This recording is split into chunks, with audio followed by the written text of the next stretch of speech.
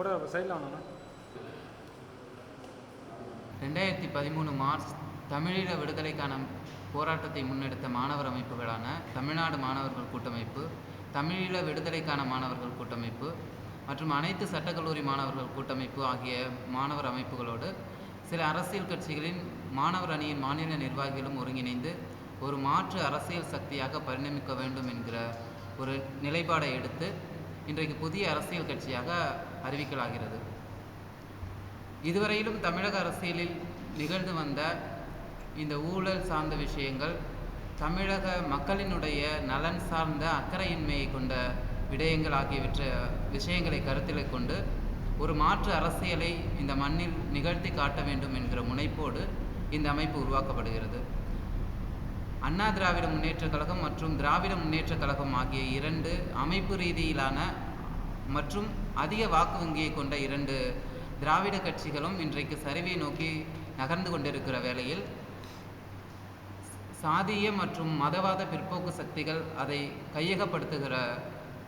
கையகப்படுத்த நினைக்கிற ஒரு சூழல் இந்த மண்ணில் உருவாகியிருக்கிறது. அதை தவிர்க்க வேண்டும் என்பதற்காக இளைய தலைமுறையை ஒருங்கிணைத்து, இன்றைய மாணவர்கள் மற்றும் இளைஞர்களை ஒருங்கிணைத்து ஒரு மாற்று அரசியல் சக்தியை உருவாக்க நாங்கள் திட்டமிட்டு இருக்கிறோம்.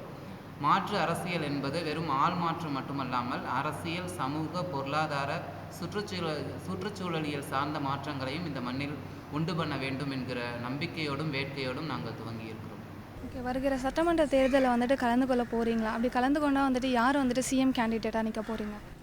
வருகிற சட்டமன்ற தேர்தலிலே நாங்கள் போட்டியிடுவது என்பதிலே உறுதியாக இருக்கிறோம். கற்பி ஒன்று சேர் போராடு என்று அம்பேத்கர் சொன்னார் இல்லையா? நாங்கள் கற்பிக்க இருக்கிறோம். பிறகு ஒன்று சேர்த்து களமாடுவோம். கால சூழல் அதையெல்லாம் தீர்மானிக்கும். இது கூட்டணி கட்சியா இல்லை தனி கட்சியாக நிற்க போகிறீங்களா? இல்லை, தனித்து களமாடுவது தான் திட்டம். இதோட நிதி அமைப்பு எல்லாம் எப்படி உருவாக்கி? யாசகம் பெற்று வாழ்வது தானே பொது வாழ்க்கை. ஓகே, இப்போ மாணவர்கள் எல்லாமே அரசியலில் அவ்வளோவா ஈடுபாடாக இருக்காங்க இல்லையான்னு தெரியல. ஸோ எப்படி மாணவர்களை இதை உள்ளே கொண்டு வர போகிறீங்க? இல்லை, மாணவர்களுக்கு அரசியல் சார்ந்த புரிதல் வேணும் அப்படிங்கிறது தான் எங்களுடைய நோக்கமாக இருக்குது. அவர்களுக்கு இந்த சமுதாயத்தில் என்ன நடக்குது, எதனால் நாம் பாதிக்கப்படுகிறோம், நம்முடைய வெற்றி தோல்வி, சம வாழ்வினுடைய துக்கங்கள் எல்லாத்துலேயுமே அரசியல் கலந்திருக்கிறது. நம்முடைய பண்பாட்டில் இருக்கிறது, நாகரிகத்தில் இருக்கிறது, நம்முடைய கலாச்சாரத்தில் இருக்கிறது. அப்படியாக நம்முடைய ஒவ்வொரு அசைவையும் நகர்வையும் தீர்மானிக்கிற அந்த அரசியல் பற்றிய புரிதலை உண்டு பண்ண வேண்டும் என்பது எங்களுடைய நோக்கம். அதை தான் மக்களிடமும் மாணவர்களிடமும் பரவலாக கொண்டு செல்வதாக திட்டமிட்டிருக்கிறோம். ஓகே, இப்போ உங்களோட கட்சி செயல்படும் போது என்ன மாதிரியான மாற்றங்களை நாங்கள் எதிர்பார்க்கலாம்?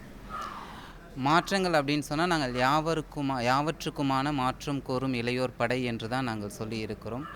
மாற்றம் என்பது பண்பாட்டு மாற்றமாக இருக்கும், நாகரிகம் சார்ந்த மாற்றமாக இருக்கும், சமூக மாற்றமாக இருக்கணும், சுற்றுச்சூழலியல் சார்ந்த மாற்றமாக இருக்கும், அரசியல் மாற்றமாக இருக்கும்.